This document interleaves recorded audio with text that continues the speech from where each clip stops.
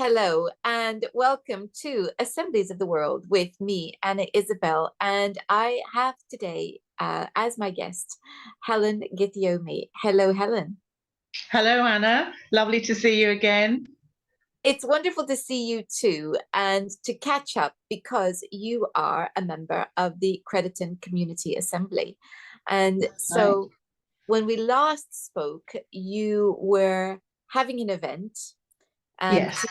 hopefully lots of people um, went. And I thought it would be nice to see how things are with the Crediton Assembly.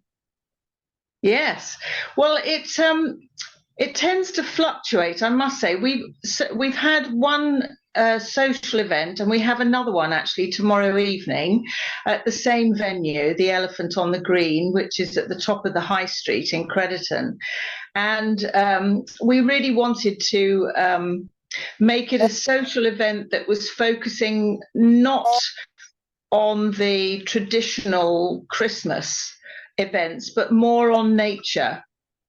So we made it into a winter solstice event.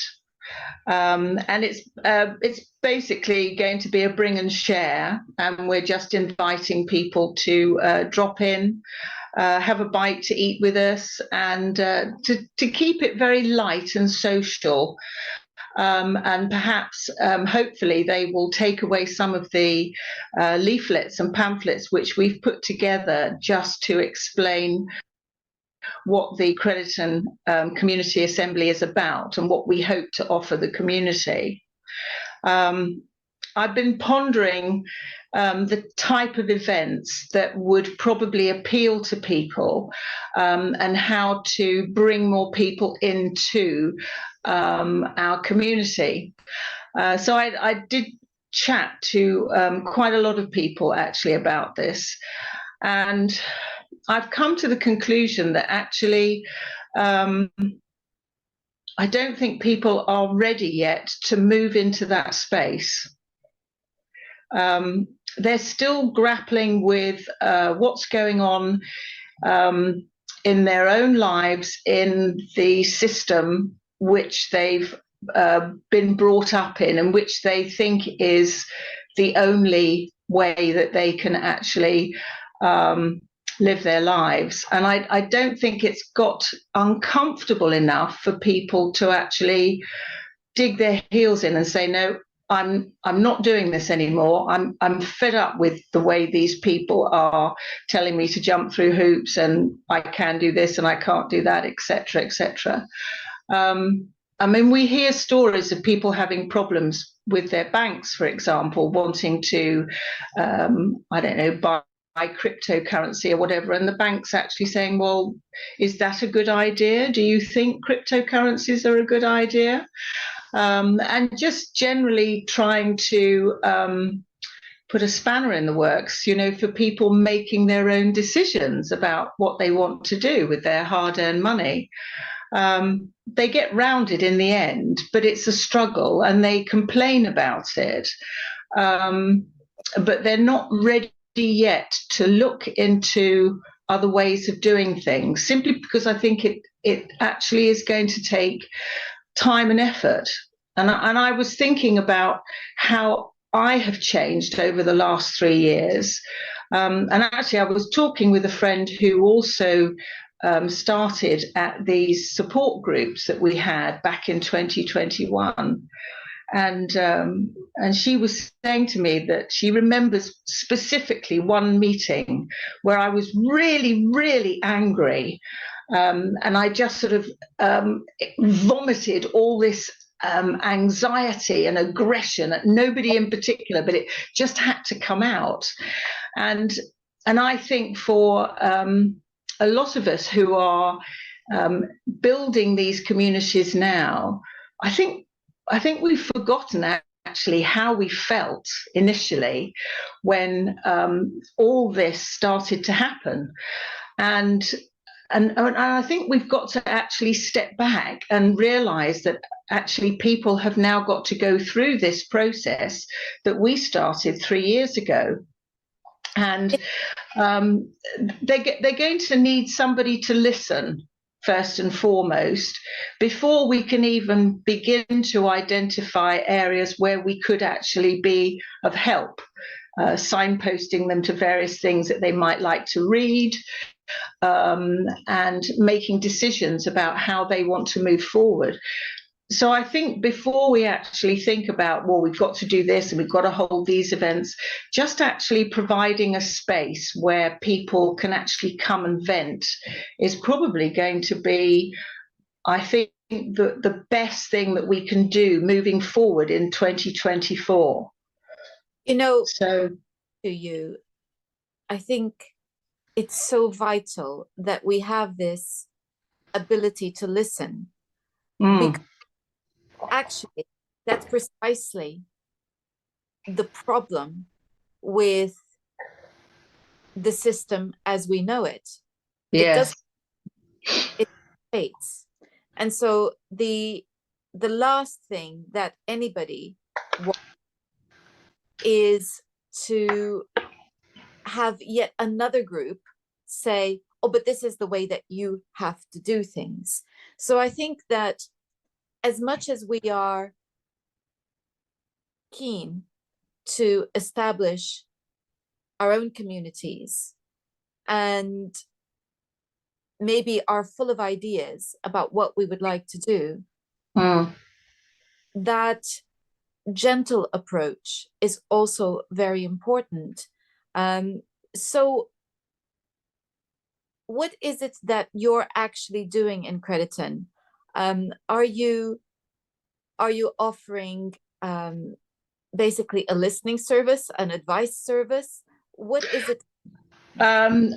What we will do, we have a monthly meeting. We've always had a monthly meeting. It was actually up until last July, I think it was actually weekly. Then we brought it down to once a month, simply because there was so much going on. There were so many different communities starting up, and people were finding what inspired them, that what they wanted to be part of. And because there wasn't enough time to do everything for everybody, so we dropped it back to once a month. But I do think now it's going to be once a week at least. It might even be more, depending on what we feel the call will be. But I would like to have a central space, possibly where we have it. We've had our social events so far because it's on the high street, and it's in a cafe setting, so we can have a small area to one side where people can come and sort of talk and discuss things privately. But we've got our website will be up and running then, and so there is a directory there. There's so much information on law, on food and farming, on health, all these different avenues that people will want to explore, but they can do it in their own time, and they've got that core basically of information. But I think what will be most relevant is actually the physical support. It's actually having someone sitting with you, having a cup of tea, and just listening to what is really, really important for you at that moment. And I think there's going to be an added problem, I think, possibly to this, in that we will have had people who've had this and they suddenly realize that actually this is going to be a big problem, and it's very frightening. But then we have got so much information now coming from doctors from America, around the UK, who've been using so many different So you're talking about the sudden realization that the recommended medical intervention yes, that many people were coerced into, yes, or manipulated into, in the best case scenario manipulated in the worst case scenario coerced into, that as I'm aware, that this could be having a damaging effect on their health now or in the future, they need Yes. somewhere to find out how to perhaps cleanse their system. Is that Yes. what? I am, yes. Support their body, but also an ongoing cleansing, and I do believe healing. I mean, there are so many modalities, energy frequencies now, which are coming out, and I believe that a lot more will be visible in mainstream, as next year rolls on, which will give people hope and confidence that actually there is a solution. There are things that they can do, positive things to make themselves healthier, and get over this initial assault on their body. Yes. So I'm listening to you, and I'm thinking about the challenges that those of us who are starting assemblies, and of course, it's going to be different concerns are going to be prioritized in different areas. It seems to me that you have chosen to make your priority just the contact, the human contact, Yes. other than having, initially at least, a project. But do you think, because you mentioned farming and you mentioned health as well, Yes. what of those do you think is going to perhaps be the first project that you might?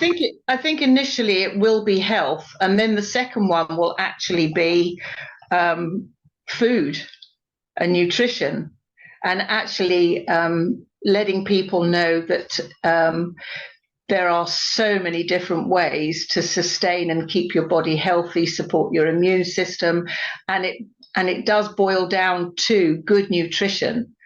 There are quite a lot of members in our community already who have been and still are alternative and complementary therapists.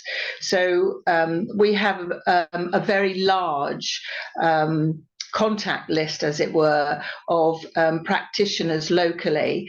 The same with the farms. It's actually about getting people into contact with farmers who produce natural organic food, and actually we hope to be going out and talking to local farmers and actually encouraging them to pull back on the pesticides and the herbicides, and actually say, you have a ready-made community of people who really are interested in organically grown. Would you be prepared, to move in that direction, because you will have lots of people to support you? Because I think this is also, I was talking to a farmer this morning, actually, and I mean, he's very well established. I think his farm has been going for quite a few generations. But I think because he was quite under stress, it's calving and lambing and all sorts now. So he's run off his feet, and he didn't really have time to sort of talk a lot. But, he was wanting to get into the education side for the youngsters, to tell them about farming and why it's so important, to do things in a very holistic and natural way. So, that will definitely be an avenue that we will be pursuing, so that we can arrange for home ed schooling, and even people who want to go from the local schools out to local farms, just to learn about the animals, their needs, and how we actually live with nature in symbiosis with it. And we have to go back to a much more sustainable, natural way of life, I think. It's really important that we demonstrate that this is possible without the extreme anti-human measures that are leveled at us. And of course, you know, farmers have, I think, as much of a reason to join us as anybody, possibly, Yes. because they are under attack. And my understanding is that by 2030, we're not meant to be eating meat anymore. Yes. So farmers need to understand that they are in the front line of this Yes. as well. Yeah. So they have to engage and demonstrate that the information that's being given about farming is at best distorted. So we need to do that. But you have the advantage of being an assembly in a rural area. Yes. My challenge is doing it in an urban area. Yes. And so what we're looking at is actually growing our own food and getting allotment space and gardens and people involved in that way. But it's a crucial thing, because the more we can get people to engage with food and the growing of it, of course, the more they are learning about that connection with nature that's so important, and Yes. that back to their body and health too. Yes, you've just actually given me an idea, because a lot of these farmers have had to diversify, and they've got log cabins or caravan camping areas on their land. What's to stop us having a school coming away for a week and doing working on the farm, learning about it, and that's all part of their education, but it's like a mini holiday as well. I mean, all those sort of frameworks can be utilized, to our advantage, to help educate the youngsters and bring them in and show them, how rewarding that way of life is. Because I'm sure that there are lots and lots of children who would much prefer to have a practical outlet to be able to do things where you don't have to sit in front of a screen all day and type, and to be more hands-on and outside. We have lots of different communities as well that we can join to. I'm thinking of the farming. There is a farmers community in our area, actually, and they are liaising with all the farmers throughout Devon. So it's just a question of just sort of moving closer to all these other hubs which are focused on slightly different things, either farming or the trees, or nature in particular, anything really. There is so much going on, and it's just about signposting people, or bringing them in, and I think that will happen. It's going to take time, but I think we're already aware of so many different groups that are out there. There's just so much information, and it's now just waiting to connect the dots, really. But I do think that those people who are already in communities, they need to prepare themselves a little bit, because they're going to be asked to do an awful lot in an emotional respect, which is very hard. So they need to be very strong and centered in themselves. I think we're also going to have quite a lot of pushback from systems that are already in place, because we are creating something entirely different, and we are bringing people away from that system. That's okay. It doesn't matter. People have a choice, and that's important. I think, you're saying it's going to take time. I don't think it's going to take you that long, because you already have the vision, and you already know who you need to be getting in touch with. And, the last time we spoke was in September, and I was living a blessed life in Devon, in South Devon at the time. I had 7 weeks in your glorious county. And I was struck by two things. Firstly, the number of beautiful farms that exist there. It was so easy for me to live the life that I actually want to live, close to nature, in touch, getting my food directly from farms.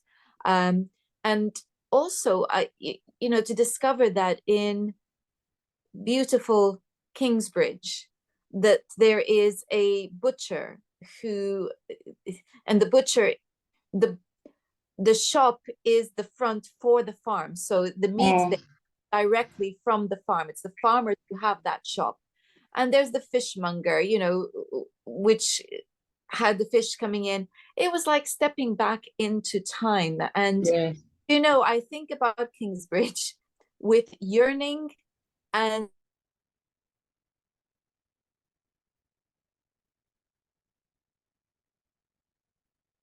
Oh, I think we've lost connection.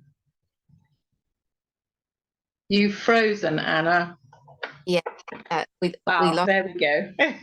You just froze in time there for a moment. I could see that you had frozen as well.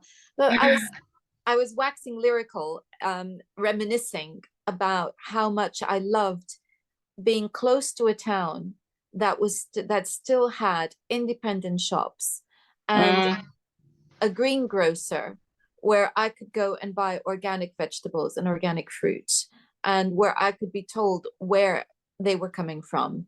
A butcher that actually the meat came directly from their farm. Fishmonger, where the fish was coming in directly from the boats every morning. Yes. This is beautiful. Even to the point where the butchers, they also have a dairy on the farm. And so I was told that if I wanted raw milk, I could go and get it from the farm. This is natural, and it creates communities. And when I was in Devon, I was also very struck by how many people were yearning for exactly the same thing that you're doing. And I could hear hubs were developing in different parts of Devon. I thought, this is good. So you are somewhere I think you are somewhere that's ripe for something beautiful to be created. You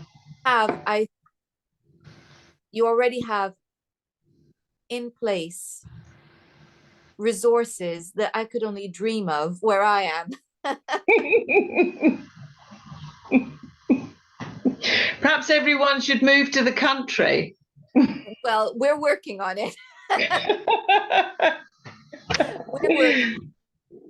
Yeah. But then, when even in urban areas, there are so many spaces, aren't they, that could actually quite quickly be turned back into natural, living, breathing, workable spaces that people can utilize to grow their own food. And just a little bit of education about, if you put these plants in, then they happen to draw out heavy metals from the soil, and you can get rid of all the pesticides and herbicides in a much quicker space of time if you let it lie fallow with these particular herbs, etc. So as you say, once you get going, it's actually going to be quite a quick process, I think.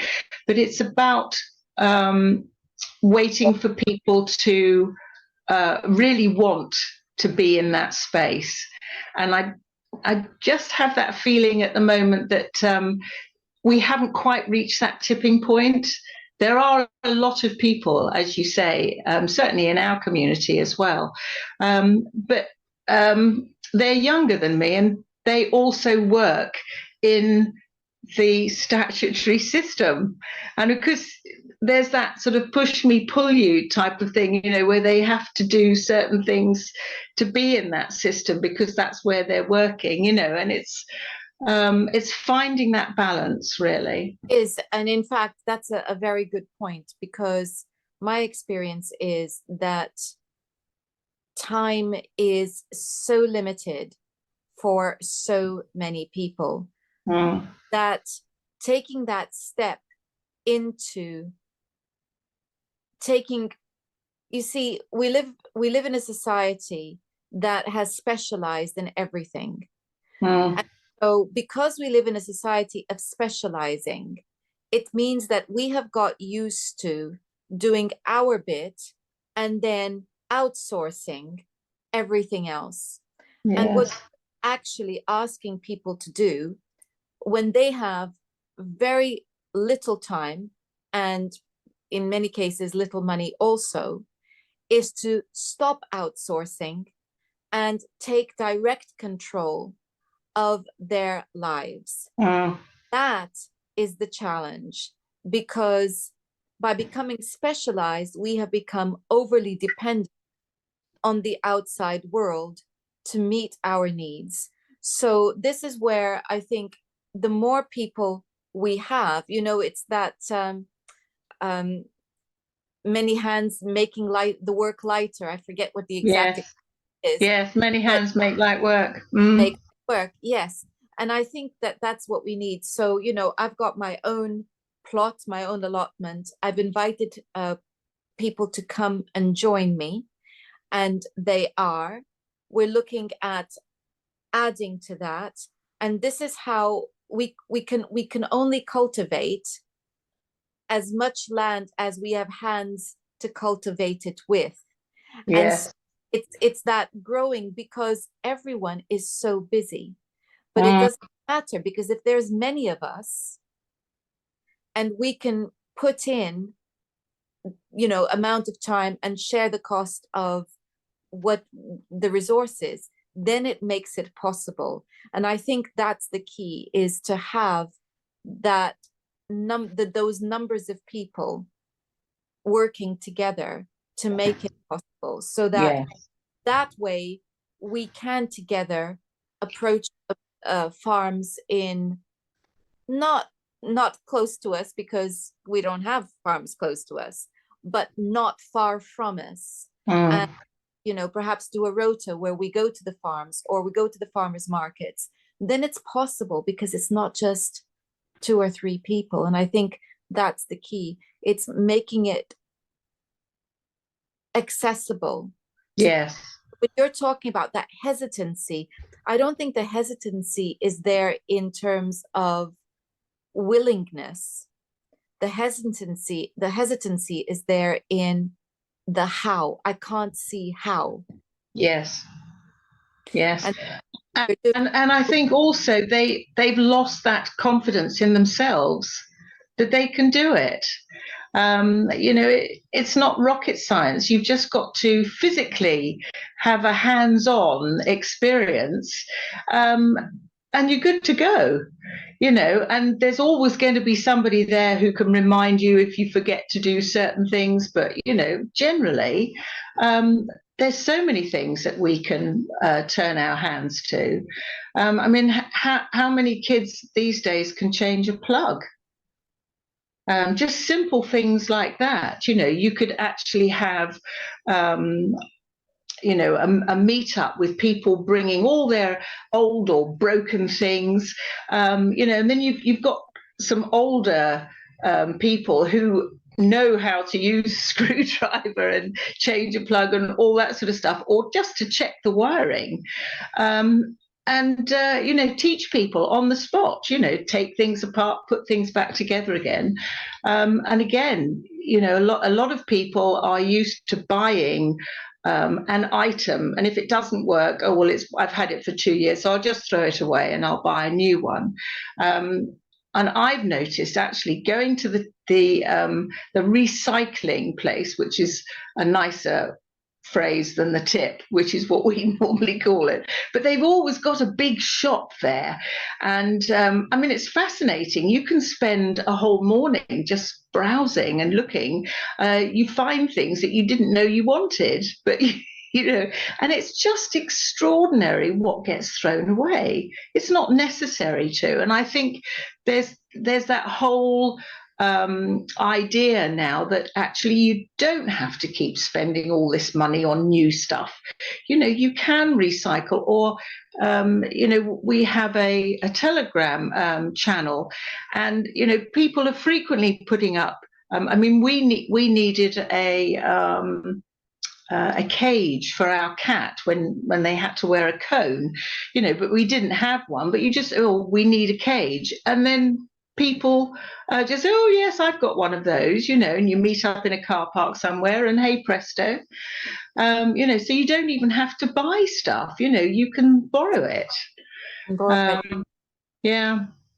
So this is why I think what you're doing is so precious, because what you're doing is you are being a true facilitator, because you're the starting point at which people are meeting and saying, this isn't working, that isn't working. And you're going, okay, well, you know what?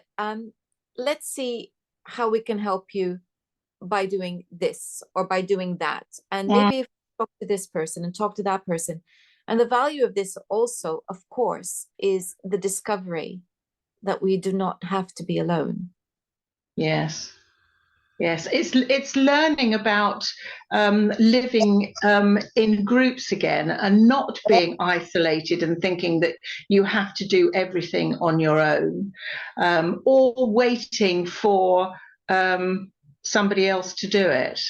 I did have a conversation in a shop the other day, and I think it was the council tax was being batted around in conversation, and I just said, there is another way. Actually, there are lots of ways that you can actually resolve these issues. And then the first thing this lady said was, we've got to have a council, because who's going to empty the bins? That was the first thing she thought about. And that's just such a minor thing. And I'm thinking about all the people who live in this area who fill holes in the road. Well, let's go and talk to them, because they know where the lorries are, they know where to get the tarmac, they know where to get all the grit, and they've probably got the skills to do it. Okay, so we've got a bit of road here, so all the people, instead of taking your money over there to that organisation, let's hire all these people to put in a nice new road for us, and actually make it happen. Yes, that's right. Yes, we don't have to wait years and years, and the pothole doesn't have to get a certain size before they decide to do something about it. Yeah, so it's all about changing people's perception of things, isn't it? And how they can actually take control of every part of their lives. And it doesn't have to be such an arduous task. If you've got people around you, who can do some of those things, or just, put in a little bit of time and expertise in certain areas, it comes together remarkably quickly. And because we're building those directories and those contacts all the time, because it's about word of mouth. I mean, when I go out with flyers or posters to make people aware of a social event, it's a great opportunity then to sort of talk to them about, this is what we're doing, and is there anything that you fancy putting into the pot, melting pot of jobs that you can do, all that sort of thing. So yes, you learn a lot from what's out there just by chatting to people, really, which is, I like doing things like that. So if people are watching this and they think, I need to talk to that lady, they do this. Well, we do have an email address. So now you're going to ask me for it, aren't you? And I can't remember it off the top of my head. It is crediton-ca @protonmail.com. There we go. I don't know why I had to put my glasses on to remember that, but it was. I could see it better in my mind's eye with my glasses on, even though my eyes are shut. I love it. I tried to say, give it to me. I'll just make sure it's in the description box, which I will do regardless. The email address Okay. there in the That's description. lovely. So yes, if people have got any questions or they want to know, various resources in this area, then just drop us a line. Definitely. Yeah. Crucially, they can also join you and help Yes. make light work by Yes, their hands into the mix. Thank you that's so right. for your time today, Helen. Well, it's lovely to talk to you, Anna. Thank you very much for the opportunity. And I'll And see you again soon, hopefully. I'm sure you will. And all, Okay, have a good evening. thank you all for watching. And next time, well, I'm not sure who I'll be talking to, but we have a lot to look forward to on this channel, from the community peacekeepers to other facilitators. Oh, And remember that if you have an assembly and that you would like to talk about what your group are doing, then it would be wonderful to have you as a guest. Do get in touch. And equally, remember also that peacekeepers and the Light Brigade, with their emergency fund, always could use a donation.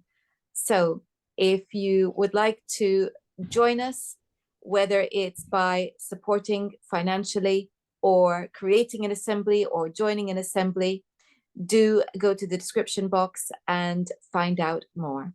Until next time, goodbye.